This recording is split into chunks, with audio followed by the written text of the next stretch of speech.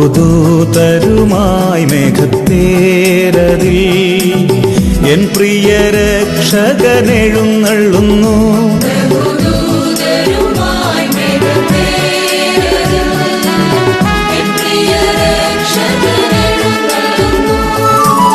സർവമിഴികളും ദർശിച്ചിടുമാ പ്രത്യക്ഷത N യേശു വരുമ്പോൾ.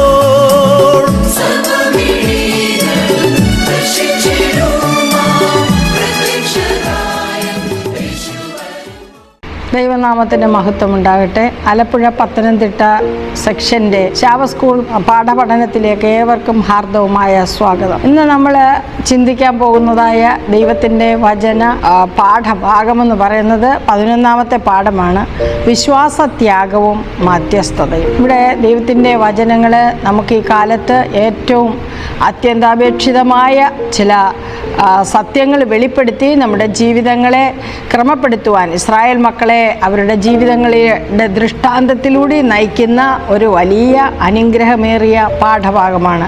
നമുക്കൊരു വാക്ക് പ്രാർത്ഥിക്കാം. കാരുണ്യവാനും ഞങ്ങളെ സ്നേഹിക്കുന്നവനുമായ വാഴ്ത്തപ്പെട്ട ദൈവമേ, ഈ പകൽക്കാലം അവിടുത്തെ വചനങ്ങളെ പഠിക്കുവാൻ അടിയങ്ങൾക്ക് തന്ന അവസരത്തെ ഓർത്ത് സ്തോത്രം ചെയ്യുന്നു. തമ്പുരാനെ, അടിയങ്ങൾ അവിടുത്തെ വചനങ്ങളെക്കുറിച്ച് പഠിക്കുമ്പോൾ കഴിഞ്ഞകാല ദൈവത്തിൻ്റെ ജനത്തിന് സംഭവിച്ചതായ വീഴ്ചകളും അവരുടെ പാപങ്ങളും ദൈവമേ അത് മുഖാന്തരമുണ്ടായ പ്രയാസങ്ങളും ഈ കാലത്ത് ജീവിച്ചിരിക്കുന്ന അടിയങ്ങൾക്ക് സംഭവിക്കാതിരിപ്പാൻ ദൃഷ്ടാന്തമായി തരുന്ന വലിയ കൃപകളെ ഓർത്ത് സ്തോത്രം ചെയ്യുന്നു. പാഠത്തിൻ്റെ ഏറ്റവും ഉദാത്തമായ അനുഗ്രഹങ്ങളെ പ്രാപിപ്പാൻ, അത് മനസ്സിലാക്കി തരുവാൻ പരിശുദ്ധാത്മാവ് അടിയങ്ങളുടെ ഉള്ളങ്ങളെ അനുഗ്രഹിക്കണമേ, സഹായിക്കണമേ. പാഠത്തിൻ്റെ ആദ്യാന്തം അവിടുത്തെ സാന്നിധ്യം കൂടെ ഇരുന്ന് ഓരോ പഠിതാക്കളെയും ഏഴെയും അനുഗ്രഹിക്കുമാറാകണമേ. ശ്രദ്ധയോടെ ഞങ്ങളായിരിക്കാൻ സഹായിക്കണം, കൃപയിൽ നിറയ്ക്കണം, വരവിനായിട്ടൊരുക്കണം. ആമേൻ. നമ്മൾ ഈ ക്വാർട്ടറിൽ പഠിക്കുന്നതായ ദൈവത്തിൻ്റെ മാറ്റമില്ലാത്ത വചനങ്ങൾ മോശയുടെ പുറപ്പാട് പുസ്തകത്തെ ആധാരമാക്കി ഉള്ളതായ പാഠഭാഗങ്ങളാണ്. അപ്പോൾ 10 പാഠങ്ങൾ നമ്മൾ പഠിച്ചപ്പോൾ ഇസ്രായേൽ മക്കളെ ഒരു ജനമായിരിക്കാൻ, വിശുദ്ധ ജനമായിരിക്കാൻ, ലോകത്തിൽ വെളിച്ചമായിരിക്കാൻ, മറ്റുള്ളവരുടെ ഇടയിൽ സാക്ഷ്യമായിരിക്കാൻ, വിളിച്ച് വേർതിരിച്ച് കൂടെ നടത്തി നടത്തുന്ന ദൈവത്തിങ്കിലേക്ക് നോക്കുവാൻ അവർക്ക് കൊടുത്തിരിക്കുന്ന അനവധി പാഠങ്ങൾ നമ്മൾ പഠിക്കുകയുണ്ടായി. എന്നാൽ ഇന്ന് നാം പഠിക്കുന്നതായ പാഠം വളരെ അനുഗ്രഹമേറിയ ഒരു പാഠഭാഗമാണ്. നമ്മളതിൻ്റെ മനപ്പാഠവാക്യത്തിലേക്ക് പോവുകയാണ്. പുറപ്പാട് പുസ്തകം 32-ാം അധ്യായത്തെ ആധാരമാക്കിയ ഒരു പാഠഭാഗമാണ് ഇന്ന് നാം പഠിക്കുന്നതായ പാഠം. പുറപ്പാട് 32-ന്റെ 31-ഉം 32-ഉം വാക്യങ്ങളാണ് നമ്മുടെ മനപ്പാഠവാക്യം ആയിട്ട് തന്നിരിക്കുന്നത്. 31-ഉം 32-ഉം വാക്യങ്ങളിൽ ഇപ്രകാരം പറയുന്നു: അങ്ങനെ മോശ യഹോവയുടെ അടുക്കൽ മടങ്ങിച്ചെന്ന് പറഞ്ഞതെന്തെന്നാൽ, അയ്യോ, ഈ ജനം മഹാപാതകം ചെയ്ത് പൊന്നുകൊണ്ട് തങ്ങൾക്കൊരു ദൈവത്തെ ഉണ്ടാക്കിയിരിക്കുന്നു എങ്കിലും നീ അവരുടെ പാപം ക്ഷമിക്കണമേ, അല്ലെങ്കിൽ നീ എഴുതിയ നിന്റെ പുസ്തകത്തിൽ നിന്ന് എൻ്റെ പേർ മായ്ച്ച് കളയണമേ. ഈ ഒരു മധ്യസ്ഥതയാണ് ഇന്ന് നമുക്ക് മനപ്പാഠവാക്യമായിട്ട് തന്നിരിക്കുന്നതായ കാര്യം. മോശ ഇസ്രായേൽ പാളയത്തിൽ നിന്ന് ഒരു 40 ദിവസത്തേക്ക് ദൈവസന്നിധിയിൽ ജനത്തെ നടത്തുവാൻ, തുടർന്നുള്ള നാളുകളിൽ ദൈവജനമായിരിക്കാൻ ഈ ജനത്തെ ഒരുക്കിയെടുക്കേണ്ടുന്നതായ മാർഗനിർദ്ദേശം പ്രാപിക്കുവാൻ കർത്താവ് നടത്തിയിടത്തേക്ക്, ആ സിനായ് പർവ്വതത്തിലേക്ക്, ദൈവസന്നിധിയിലേക്ക് കയറി പോവുകയാണ്.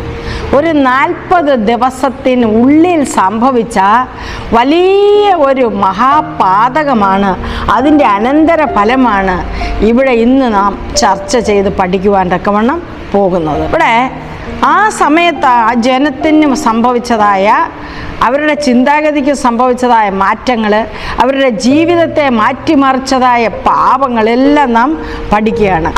അത് നാം ഉൾക്കൊള്ളേണ്ടത്. ഈ നാളുകളിൽ ഇത് നമ്മെ എന്താണ് പഠിപ്പിക്കുന്നത്, ഈ കാലഘട്ടത്തിൽ ഇത് നാം പഠിക്കുന്നത് എന്തിനാണ് എന്ന് ചിന്തിച്ച് ഉണർന്ന് പ്രവർത്തിക്കുവാൻ ഈ ഭയാനകമായ വിശ്വാസത്യാഗത്തിൻ്റെ രൂപരേഖ നമുക്ക് തന്നിരിക്കുകയാണ്. വിശ്വാസത്യാഗമെന്ന് പറഞ്ഞാൽ വിശ്വാസം ത്യജിക്കുക എന്നാണ് അർത്ഥം. ഇസ്രായേൽ മക്കളെ മിസ്രയീം ദേശത്ത് നിന്ന് കൂട്ടിക്കൊണ്ടുവന്ന ദൈവം അവരുടെ ദൈവമായിരിക്കാനും അവർ ദൈവത്തിൻ്റെ സ്വന്തം ജനമായിരിക്കാനും ഭൂലോകത്തിൽ അവരെപ്പോലെ മറ്റൊരു ജനമില്ലാതെ വണ്ണം അത്ര മഹത്തരമായ ഒരു ജാതിയാക്കുവാനും ദൈവം ആഗ്രഹിച്ചാണ് അവരെ പ്രത്യേക സംരക്ഷണ വലയത്തിനുള്ളിൽ നടത്തുന്നതായിട്ട് നമുക്ക് കാണാൻ കഴിയുന്നത്.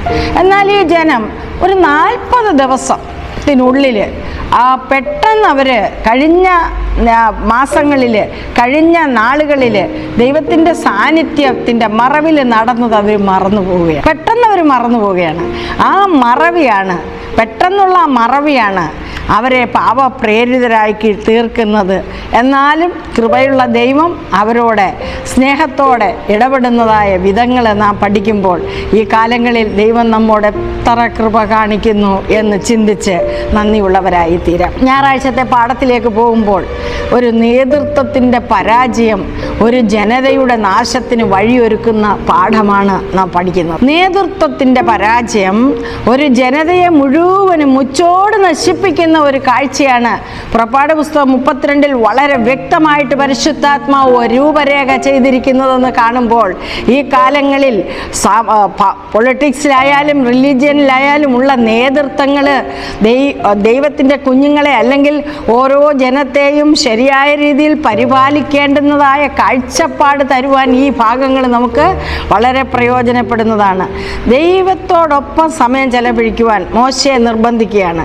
അങ്ങനെയാണ് ദൈവം 40 ദിവസത്തേക്ക് മോശയെ രാവും പകലും ഉപദേശിക്കുകയും പരിപാലിക്കുകയും ചെയ്യുന്നു. ഈ ചെറിയ കാലയളവിൽ അവർക്കൊരു ദൃശ്യനായ, അവർ പ്രതീക്ഷിച്ചതായ ആ നേതാവിൻ്റെ അസാന്നിധ്യം അവരെ കോപാകുലരാക്കുന്നു, അവരെ സംശയാലുക്കളാക്കുന്നു, അവരെ അക്ഷമരാക്കുന്നു. വളരെ പ്രയാസങ്ങൾ പാളയത്തിലുണ്ടാകുകയാണ്. അവരുടെ ചോദ്യം നമുക്കൊന്ന് വായിക്കാം. പുറപ്പാട് പുസ്തകം 32 10 മുതലുള്ള വാക്യങ്ങൾ നമുക്കൊന്ന് വായിക്കാം. 1 മുതൽ ഒന്ന് നോക്കിയതിന് ശേഷം 1-ാം വാക്യം: മോശ പർവ്വതത്തിൽ നിന്ന് ഇറങ്ങി വരുവാൻ താമസിക്കുന്നുവെന്ന് ജനം കണ്ടപ്പോൾ ജനം അഹരോൻ്റെ അടുക്കൽ വന്നുകൂടി അവനോട്, നീ എഴുന്നേറ്റ് ഞങ്ങളുടെ മുമ്പിൽ നടക്കേണ്ടുന്നതിന് ഒരു ദൈവത്തെ ഉണ്ടാക്കിത്തരിക. ഞങ്ങളെ മിസ്രയീം ദേശത്തുനിന്ന് പുറപ്പെടുവിച്ച് കൊണ്ടുവന്ന പുരുഷനായ മോശയ്ക്ക് എന്ത് ഭവിച്ചു, ഞങ്ങളത് അറിയുന്നില്ലല്ലോ എന്ന് പറഞ്ഞു. നോക്കിക്കേ, അവർക്ക് ആ ദൃശ്യനായ നേതാവ് അവിടെ ഇല്ല എന്ന് മനസ്സിലായപ്പോൾ അവർക്ക് മുന്നോട്ട് പോകുവാൻ കഴിയാത്ത തരത്തിൽ അവരെ കഴിഞ്ഞ കാലങ്ങളിൽ നടത്തിയ വിഗ്രഹാരാധനയിലേക്ക് പോകാൻ നിർബന്ധിതരായിത്തീരുകയാണ്. അവരുടെ ദിശാബോധം നഷ്ടപ്പെടുകയാണ്. അവർ അക്ഷമരായി തീരുകയാണ്. അതുകൊണ്ട് കൺകണ്ട ദൈവമായിട്ട് അവരെ അവർക്ക് കഴിഞ്ഞ കാലങ്ങളിൽ മിസ്രയീം ദേശത്ത് അവരെ കണ്ട് നടന്നതായ ആ ഒരു അതേപോലെ ദൈവത്തെ അവർക്ക് ആവശ്യമെന്ന് അഹരോനോട് ആവശ്യപ്പെടുകയാണ്. അവരങ്ങനെയാണ് ആഗ്രഹിക്കുന്നത്. ദൈവത്തെ കാണണം, ആ ദൈവത്തിൻ്റെ കൂടെ നടക്കണം.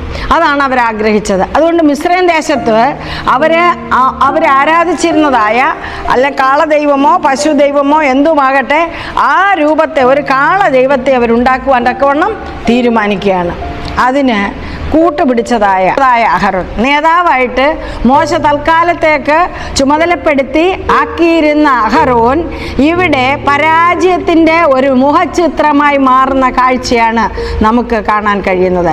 അഹരോനെ ചുമതലപ്പെടുത്തി ഈ ലക്ഷക്കണക്കിന് ജനങ്ങളെ സത്യദൈവത്തിൻ്റെ പാതയിലേക്ക് അല്പസമയം നയിക്കുവാൻ തക്കവണ്ണം മോശ ഏൽപ്പിച്ചിട്ട് പർവ്വതത്തിലേക്ക് പോകുമ്പോൾ മോശയുടെ അസാന്നിധ്യത്തിൽ അഹരോൻ അമ്പേ പരാജയപ്പെടുന്ന ഒരു നേതാവായി മാറുന്ന ആ ദയനീയ കാഴ്ച കാണുമ്പോൾ ഈ കാലങ്ങളിൽ നാം വളരെയേറെ ചിന്തിക്കേണ്ടിയിരിക്കുന്നു പ്രിയരെ. ഒരു നേതാവ് എന്ന് നാം മനസ്സിലാക്കുമ്പോൾ ആ നേതൃത്വ പാഠവം ഏതെല്ലാം തരത്തിലായിരിക്കണമെന്ന് മോശയിലൂടെ ഈ അധ്യായത്തിൽ വളരെ വ്യക്തമാക്കുമ്പോൾ എങ്ങനെ ആയിരിക്കരുത് ഒരു നേതാവ് എന്ന് അഹരോനിലൂടെ വെളിപ്പെടുത്തി തരികയും ഈ അധ്യായത്തിൽ ചെയ്യുകയാണ്. ഭംഗിയായിട്ട് പഠിക്കുമ്പോൾ ഓരോ നേതൃത്വത്തിലുള്ള ഓരോ വ്യക്തി ജീവിതങ്ങളെയും അളക്കുന്ന ഒരു അളവുകോലായിട്ട് ഈ അധ്യായത്തിലെ അനുഭവങ്ങളും ദൂതുകളും നമ്മെ നയിക്കുന്നതായിട്ട് കാണുവാൻ തക്കവണ്ണം കഴിയും.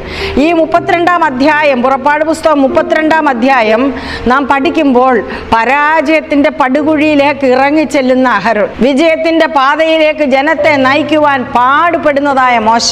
ഈ രണ്ട് നേതാക്കന്മാരെയും വരച്ചു കാട്ടിത്തരുന്നു പരിശുദ്ധാത്മാവ്. അവസരത്തിനൊത്ത് പ്രവർത്തിക്കുവാൻ ധൈര്യപ്പെടാത്ത ഒരു നേതാവ് ജനത്തെ ദിശാബോധമില്ലാത്തവരാക്കി തീർക്കും. അവരുടെ ഉൾക്കാഴ്ചകളെ നശിപ്പിക്കും. അവരുടെ ലക്ഷ്യസ്ഥാനത്ത് എത്തിക്കുവാൻ ഈ നേതാക്കന്മാർക്ക് കഴിയാതെ വരും. വിശ്വാസത്യാഗികളായിട്ട് ജനത്തെ മാറ്റുവാൻ അവരുടെ തെറ്റായ തീരുമാനങ്ങൾ കൊണ്ട് സാധിക്കുമെന്ന് അഹരോൻ കാണിച്ചു തരികയാണ് ചെയ്യുന്നത്.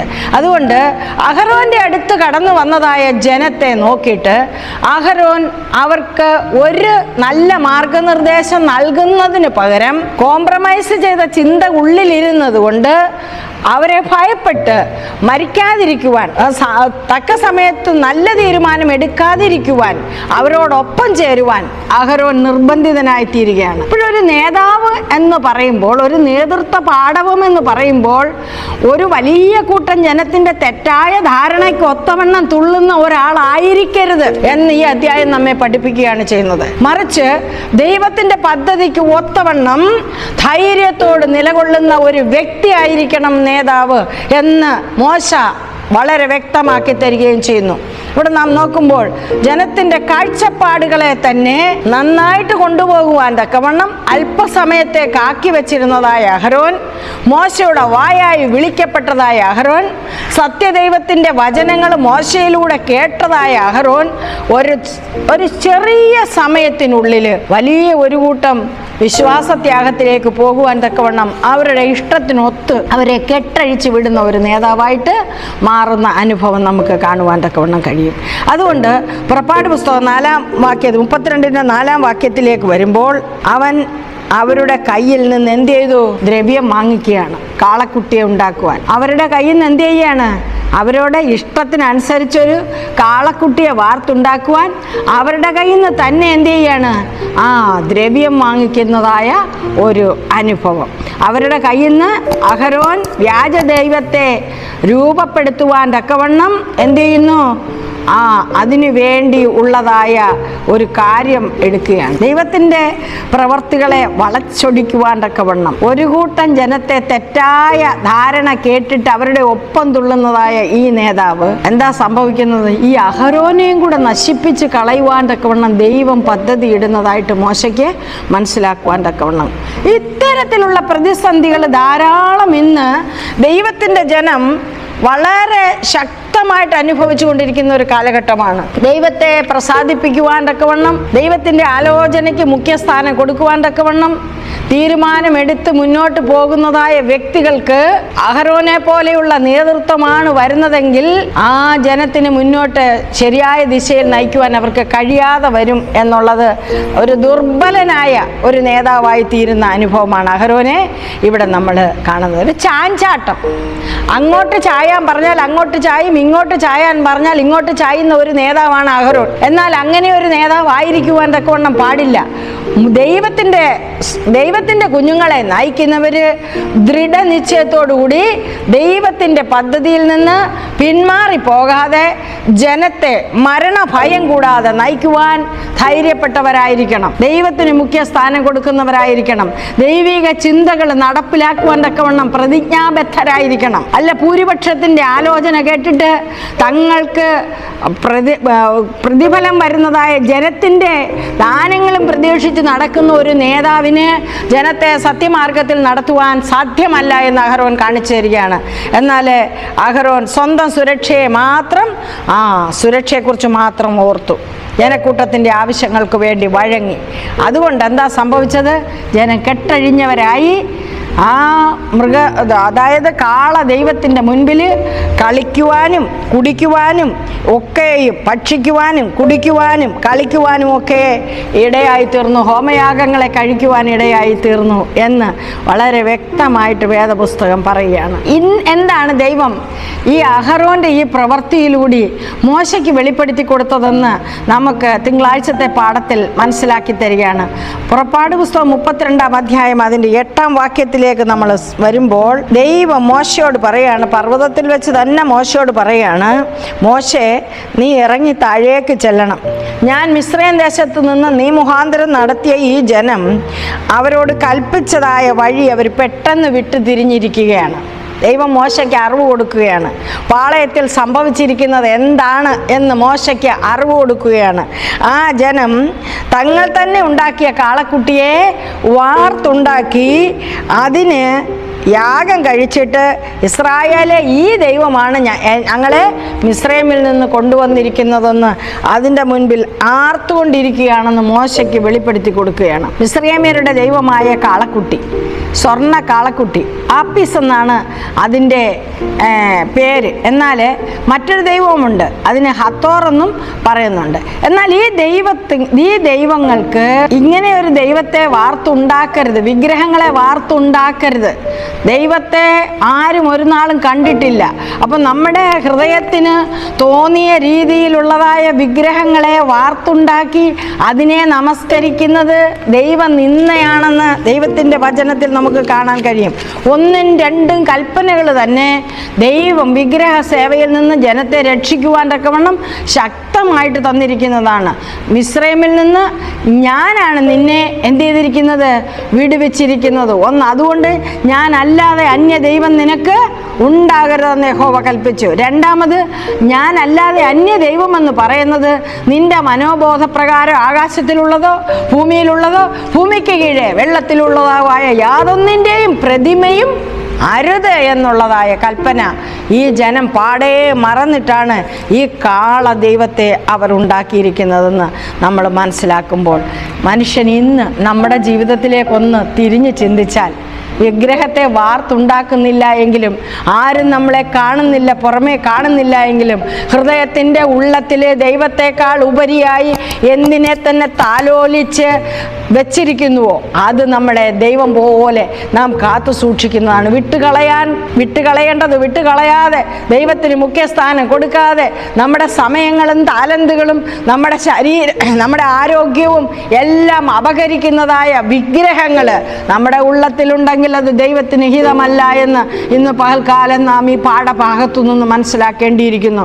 റോമാലേഖനം 1-ാം അധ്യായം അതിൻ്റെ 22 മുതലുള്ള വാക്യങ്ങൾ നാം വായിക്കുമ്പോൾ വളരെ വ്യക്തമായിട്ട് അപ്പോസ്തലനായ പൗലോസ് റോമാ സഭയ്ക്ക് കൊടുക്കുന്നതായ ഉപദേശത്തിൽ ഈ ജാതികളായ ആളുകൾ, അതായത് ദൈവത്തെ പ്രസാദിപ്പിക്കാതെ ഇരിക്കുവാൻ സാത്താൻ ചെയ്തിരിക്കുന്ന വലിയ പണിക്ക് ഒത്തവണ്ണം ജീവിക്കുന്ന ഒരനുഭവം അവിടെ നമുക്ക് വായിക്കുവാൻ തക്കവണ്ണം കഴിയും. ഇപ്രകാരമാണ് അവിടെ എഴുതിയിരിക്കുന്നത്. റോമാലേഖനം 1-ാം അധ്യായം അതിൻ്റെ 22 മുതലുള്ള വാക്യങ്ങളിൽ, വിവേകമില്ലാത്ത ഹൃദയം ഇരുണ്ടു പോകും. വിവേകം എന്ന് പറഞ്ഞാൽ എന്താണ്? ദോഷം വരുന്ന വഴികൾ മനസ്സിലാക്കുക, ആ ദോഷത്തിൽ നിന്ന് മാറി നടക്കുവാനുള്ള മനുഷ്യൻ്റെ മനോബോധമാണ് വിവേകമെന്ന് പറയുന്നത്. തെറ്റും ശരിയും ശരിയായ രീതിയിൽ മനസ്സിലാക്കി തെറ്റിൽ നിന്ന് മാറി നടക്കുവാനുള്ള നല്ല മനോബോധം ഒരു മനുഷ്യനുണ്ടെങ്കിൽ അവർ വിവേകിയാണ്. അങ്ങനെ വിവേകമില്ലാത്ത ഹൃദയമുള്ളവർ അത് ഇരുണ്ട ഒരനുഭവമായി പോകും. അവരോട് പറയും, ഞങ്ങൾ ജ്ഞാനികളാണ്, ഞങ്ങൾ ചെയ്യുന്നതെല്ലാം ശരിയാണ്. ഇവിടെ അപ്പോസ്തലനായ പൗലോസ് പറയുന്നത്, അങ്ങനെയുള്ള ഹൃദയം ഇരുണ്ടിട്ട് ജ്ഞാനികളെന്ന് പറഞ്ഞുകൊണ്ട് അവർ മൂഢരായി തീരും. അങ്ങനെ മൂഢന്മാരായ ആളുകൾ എന്ത് ചെയ്യുന്നു? ക്ഷയമുള്ള മനുഷ്യരെയും പക്ഷികളെയും നാൽക്കാലികളെയും ഇഴജാതികളെയും എല്ലാം രൂപസാദൃശ്യം ഉണ്ടാക്കി അവയെ നമസ്കരിക്കുന്നവരായിരിക്കും. അപ്പോൾ വിഗ്രഹാരാധികളെ പൗലോസ് അപ്പോസ്തലൻ്റെ ഭാഷയിൽ പറഞ്ഞാൽ മൂഢരായി തീരുന്നതായ ഒരു ജനം. ഈ അഹരോൻ്റെ നേതൃത്വത്തിൽ ഒരു 40 ദിവസം മോശ അവിടെ ഇല്ലാതിരുന്നപ്പോൾ പെട്ടെന്ന് തന്നെ അവരുടെ ഹൃദയം ഇരുണ്ടു പോയിട്ട് അവർ ചെയ്യാൻ പോകുന്നത് ജ്ഞാനമാണെന്ന് മനസ്സിലാക്കിയിട്ട് അവരെന്ത് ചെയ്തു?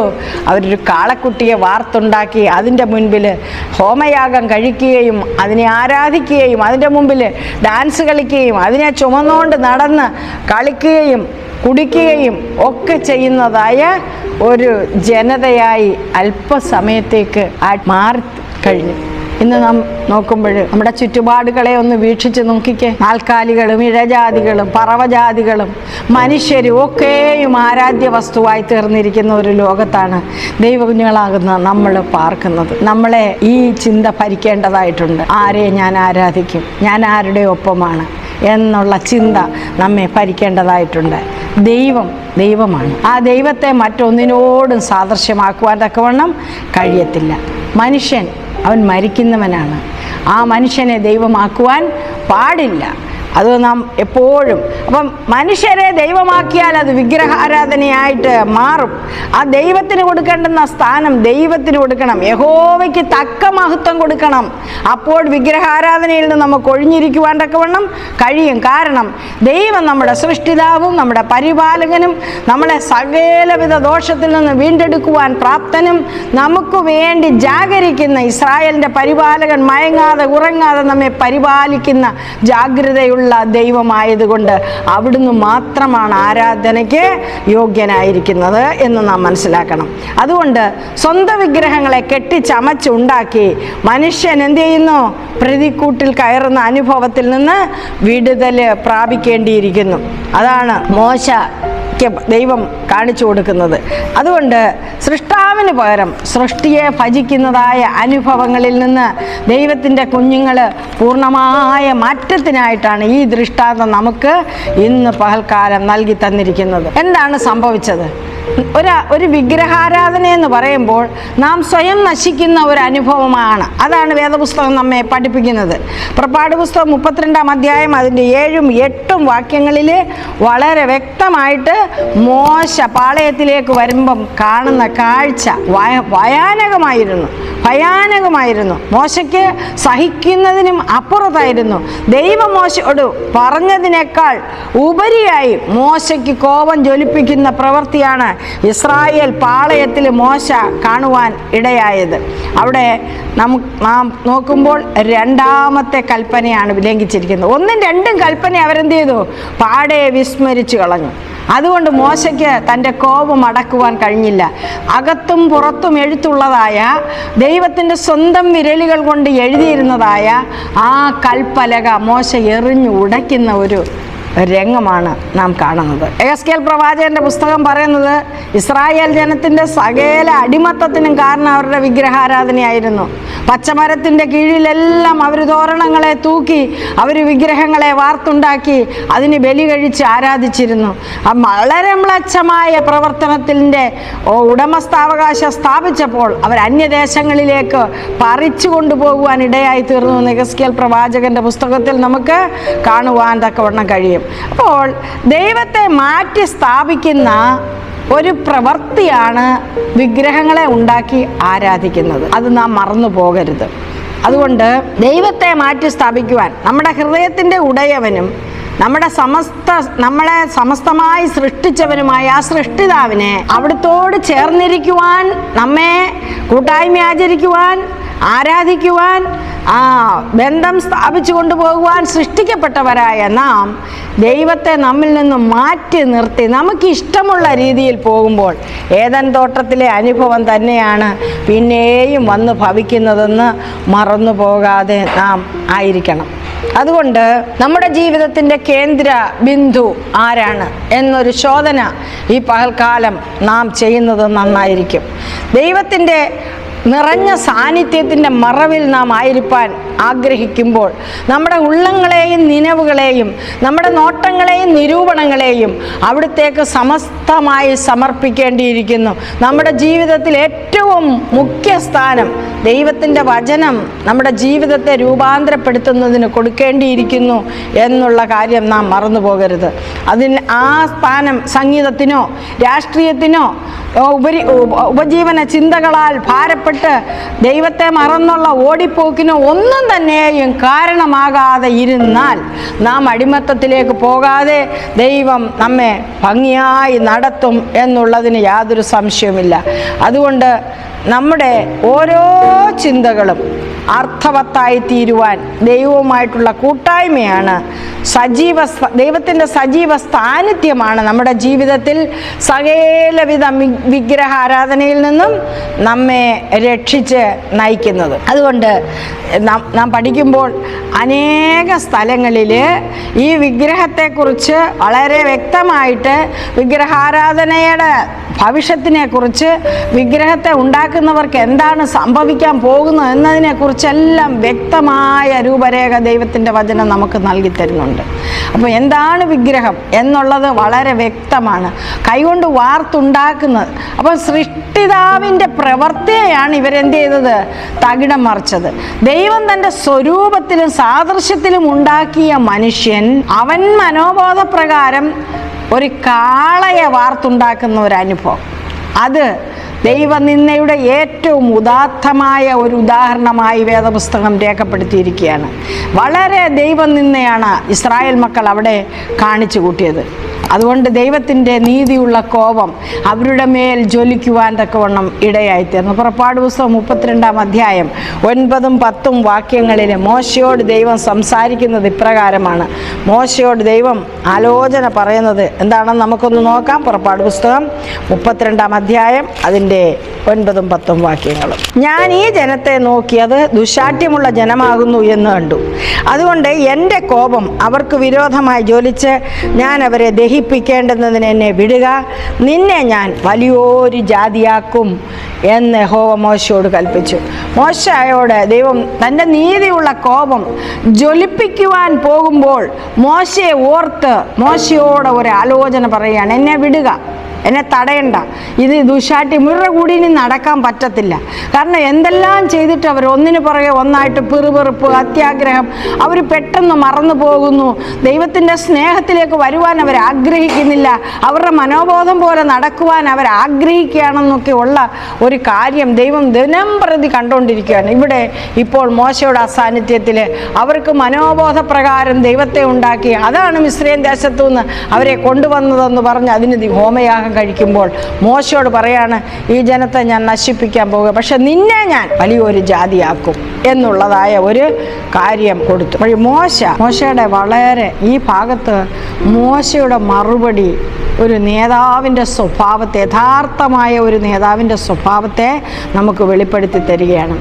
തൻ്റെ ജനത്തിന് വരുത്തുമെന്ന് പറഞ്ഞ ദോഷത്തെക്കുറിച്ച് ദൈവം അനുതപിക്കുവാൻ തക്കവണ്ണം ഇടയായ മറുപടിയായിരുന്നു മോശയിൽ നിന്ന് ദൈവം കേട്ടത്. എന്താണ് മോശയിൽ നിന്ന് ദൈവം കേട്ടതെന്നറിയാമോ?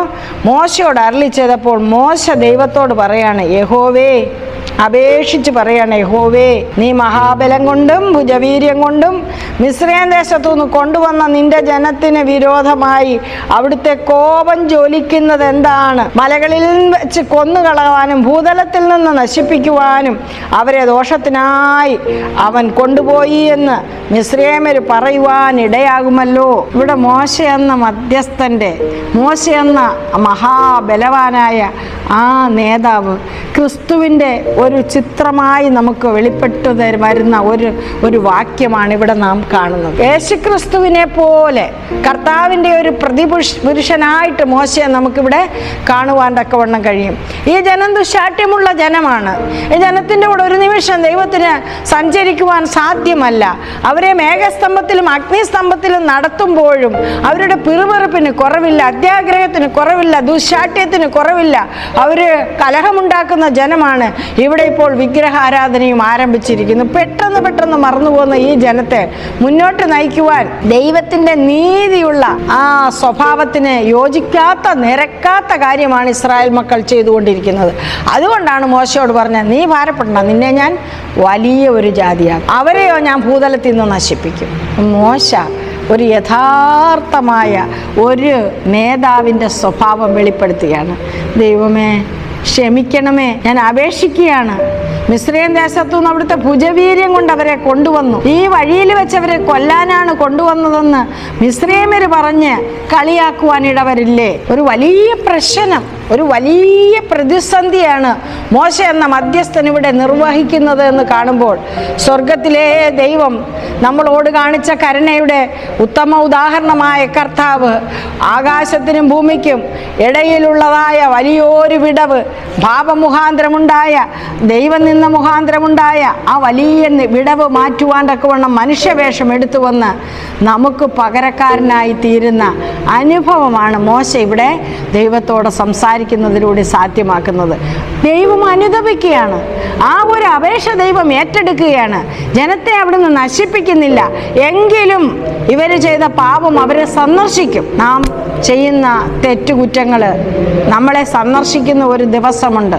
അനുതപിച്ച് മാറി ദൈവത്തിൻ്റെ നീതിക്ക് നിരക്കുന്നതായ ഒരനുഭവത്തിലേക്ക്, ദിനംപ്രതി മാനസാന്തരത്തിൻ്റെ അനുഭവത്തിലേക്ക് മുന്നോട്ട് പോയില്ല എങ്കിൽ, കൂടെ കൂടെ പാപം ചെയ്യുന്ന അനുഭവമാണെങ്കിൽ, ദൈവത്തിൻ്റെ നീതി ഉള്ള തൻ്റെ ജനത്തിന് വരുത്തുമെന്ന് പറഞ്ഞതായ അനർത്ഥത്തെക്കുറിച്ച് യഹോവ അനുതപിച്ച് അങ്ങനെ ചെയ്യത്തില്ല എന്ന് മോശയ്ക്ക് വാക്കുകൊടുത്തു. മോശ ഇറങ്ങി വരികയാണ്. 32 അധ്യായം 14 വാക്യത്തിൽ മോശ അവരുടെ അടുക്കലേക്ക് മടങ്ങി വരുമ്പോൾ മോശ കാണുന്നതായ ദൈവസന്നിധിയിൽ നിന്ന് മോശ ഇറങ്ങി വരുമ്പോൾ മോശയുടെ മുഖം പ്രകാശിക്കുകയാണ്, ത്വക്ക് പ്രകാശിക്കുകയാണ്. ആ വെളിച്ചം അവർക്ക് സഹിക്കുവാൻ തക്കവണ്ണം കഴിഞ്ഞില്ല. എന്നാൽ അവരുടെ കാളക്കുട്ടിയെയും അവരുടെ നൃത്തത്തെയും ഒക്കെ കണ്ടപ്പോൾ കോപം ജ്വലിച്ച മോശ തൻ്റെ കൈകളിലിരുന്ന ദൈവത്തിൻ്റെ കൽപ്പനകളായ കൽപ്പലകകൾ എന്ത് ചെയ്തു? അടിവാരത്തിലേക്ക് എറിഞ്ഞ് തകർത്തു കളഞ്ഞു. അങ്ങനെ ആ കൽപ്പലകൾ പൊട്ടിച്ചു. അതിൻ്റെ ഉള്ളടക്കം പൊട്ടിച്ചതിൻ്റെ ഒരു ബാഹ്യ അടയാളമായിരുന്നു. കൽപ്പനകളുടെ ഉള്ളടക്കം അത് ഒരു ന്യായവിധി നടത്തുമ്പോൾ നമ്മൾക്ക് ഈ കൽപ്പനകൾ പ്രകാരമാണ് ന്യായവിധി നടത്തുന്നത് എന്നുള്ള കാര്യവും നാം മറന്നു പോകരുത്. നമ്മുടെ അളവുകോലാണ് സ്വഭാവത്തെ അളക്കുന്ന. നമ്മളെ ന്യായവിധിയിൽ നിന്ന് ന്യായവിധിയിലേക്ക് നടത്താതിരിക്കുവാൻ നമുക്കൊരു അതിര് വയ്ക്കുന്നതായ ദൈവത്തിൻ്റെ നിയമങ്ങൾ അനുസരിക്കുന്നവർക്ക് അപകടമില്ലാതെ ജീവിക്കുവാനാണത് തന്നിരിക്കുന്നതെന്ന കാര്യം മറന്നു പോകണ്ട. അതുകൊണ്ട് മോശ ദൈവത്തിൻ്റെ കൽപ്പനകളെ അടങ്ങിയ കൽപ്പനകൾ നശിപ്പിച്ചു. എങ്കിലും മോശ വളരെ പരസ്യമായിട്ട് തന്നെ അഹരോനെ ശാസിക്കുന്ന ഒരു അനുഭവവും ഉണ്ടായി.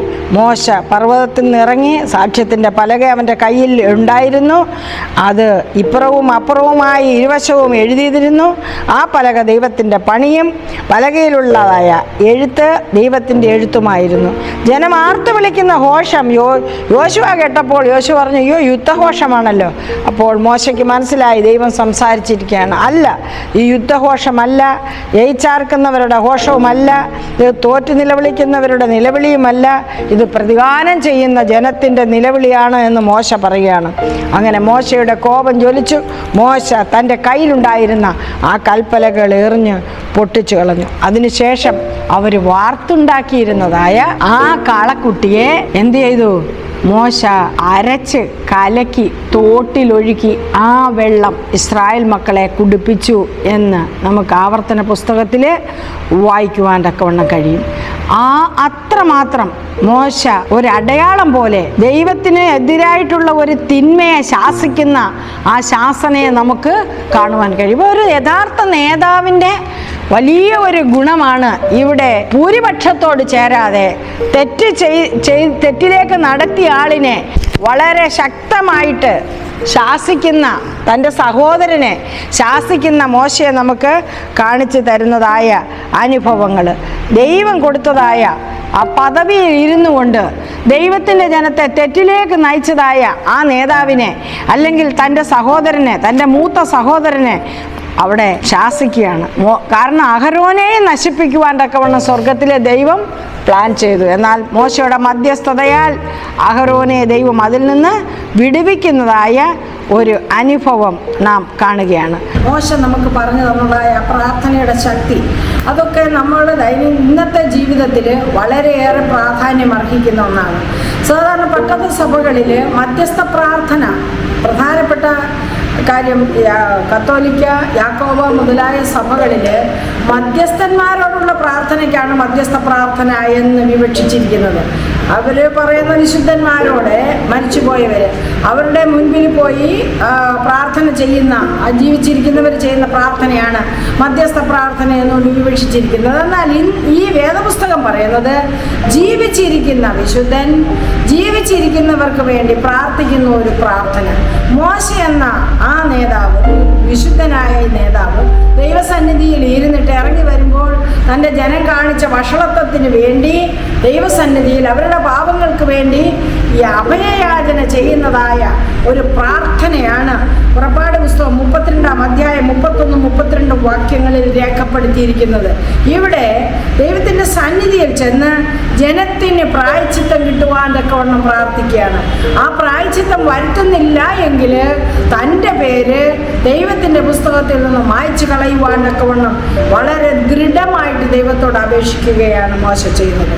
അതുകൊണ്ട് വളരെ ത്യാഗത്തോടുകൂടി, ജനത്തോടുള്ള അനുകമ്പയോടുകൂടി, സ്നേഹത്തോടുകൂടി, കൃപയോടുകൂടി ദൈവസന്നിധിയിൽ മോശ പ്രാർത്ഥിക്കുന്ന പ്രാർത്ഥന കർത്താവ് നമുക്ക് വേണ്ടി ചെയ്ത പ്രാർത്ഥനയുടെ ഒരു പതിപ്പാണ്. ക്രൂശിൽ തന്നെ നിന്ദിച്ചവർക്ക് വേണ്ടി, പരിഹസിച്ചവർക്ക് വേണ്ടി, തൻ്റെ ചെകിട്ടത്ത് അടിച്ചവർക്ക് വേണ്ടി, മുൾമുടി ചൂടിച്ചവർക്ക് വേണ്ടി കർത്താവ് പിതാവിനോട് അപേക്ഷിക്കുകയാണ്, പിതാവേ, ഇവർ ചെയ്യുന്നതെന്തെന്ന് ഇവർ അറിയുന്നില്ല, ഇവരോട് ക്ഷമിക്കണമേ എന്ന് പ്രാർത്ഥിക്കുകയാണ്. അതുപോലെ സ്തെഫാനോസ് പ്രാർത്ഥിക്കുന്നത് നമുക്ക് കാണാൻ പറ്റും. അതുപോലെ ജീവിച്ചിരുന്ന ദാനിയേൽ തൻ്റെ ജനത്തിന് വേണ്ടി പ്രാർത്ഥിക്കുന്ന പ്രാർത്ഥനയൊക്കെ നമുക്ക് മധ്യസ്ഥ പ്രാർത്ഥനയുടെ കൂട്ടത്തിൽ കൂട്ടുവാൻ തക്കവണ്ണം കഴിയും. അപ്പം ജീവിച്ചിരിക്കുന്നവരുടെ അകൃത്യങ്ങളും പാപങ്ങളും കുറവുകളും ക്ഷമിക്കുവാൻ തക്കവണ്ണം ഒരു ജനതയ്ക്ക് വേണ്ടി പ്രാർത്ഥിക്കുന്ന ആ പ്രാർത്ഥനയ്ക്ക് വലിയ ശക്തിയുണ്ട്, വിടുതലുണ്ട്. അവിടെ ദൈവം അത് സ്വീകരിക്കുന്നതും നമുക്ക് കാണുവാൻ കഴിയുന്നു. അതാണ് മോശയുടെ പ്രാർത്ഥനയുടെ ശക്തി എന്ന് പറയുന്നത്. ഒരു കൂട്ടം ജനത്തെ കൊല്ലുവാൻ തക്കവണ്ണം ദൈവം ആഗ്രഹിക്കുമ്പോൾ ദുശാഠ്യമുള്ള ജനത്തെ മുച്ചോട് നശിപ്പിക്കുവാനാണ് ദൈവത്തിൻ്റെ നീതി ഉള്ള കോപം ജ്വലിച്ചത്. പക്ഷെ മോശയുടെ മധ്യസ്ഥത അതിൽ നിന്ന് വിടുതൽ നൽകി. മോശ ഇടനിലക്കാരനായി ദൈവത്തിൻ്റെ പക്ഷത്തുള്ളവരെ വേർതിരിക്കുന്ന ഒരു ഇടനിലക്കാരനായി, ഒരു ന്യായാധിപതിയായി അവിടെ വെളിപ്പെടുന്നത് നമുക്ക് കാണുവാൻ കഴിയും. അതുകൊണ്ട് ഈ ആഴ്ചയിലെ പാഠം മൊത്തത്തിൽ നമ്മൾ നോക്കുമ്പോൾ ദൈവത്തിൻ്റെ ജനമായി വിളിക്കപ്പെട്ട ഇസ്രായേൽ മക്കള് ആ മരുഭൂമിയിൽ മോശയുടെ അഭാവത്തിൽ വളരെ ദൈവനിന്ദ ചെയ്യുകയുണ്ടായി. അഹരോന്റെ നേതൃത്വത്തിൽ ആ വിശ്വാസത്യാഗത്തിൻ്റെ വലിയൊരു ചിത്രമാണ് 32-ാം അധ്യായത്തിൽ നമുക്ക് കാണാൻ കഴിയുന്നത്. എന്തുകൊണ്ടങ്ങനെ സംഭവിച്ചു?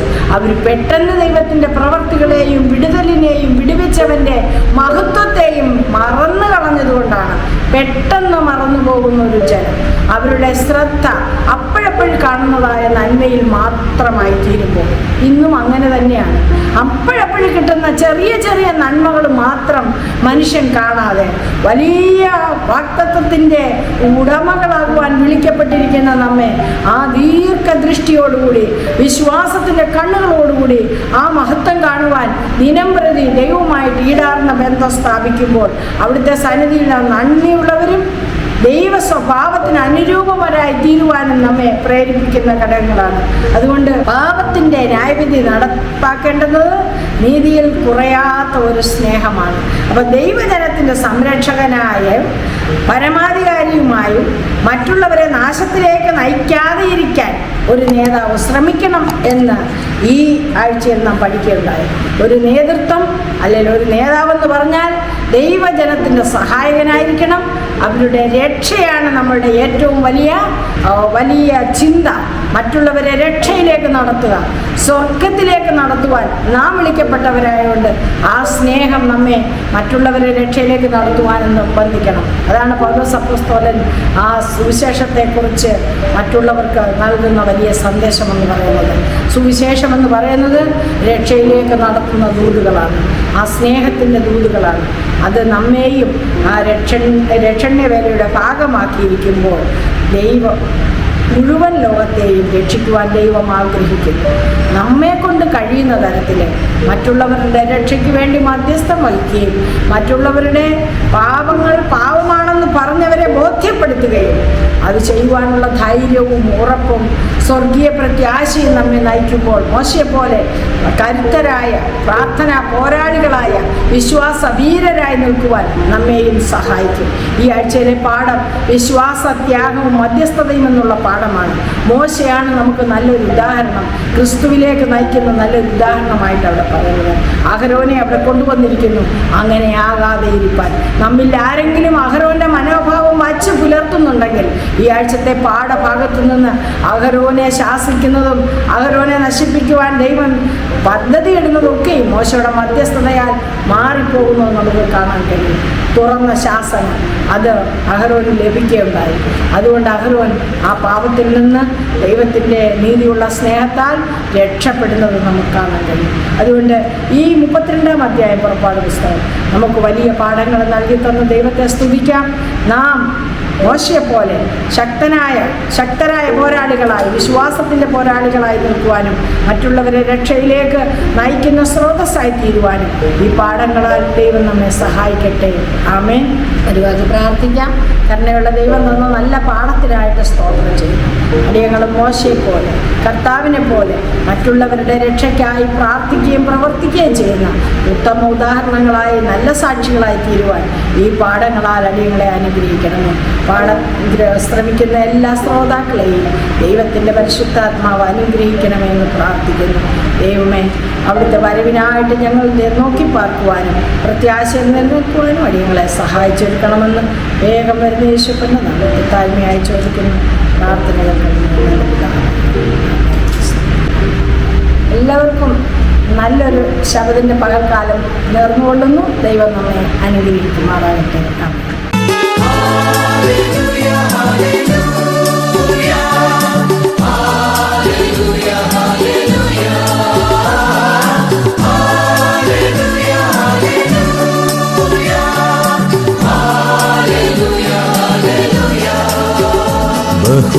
ബഹുദൂതരുമായി മേഘത്തേരതിൽ എൻ പ്രിയ രക്ഷകനെഴുന്നള്ളുന്നു.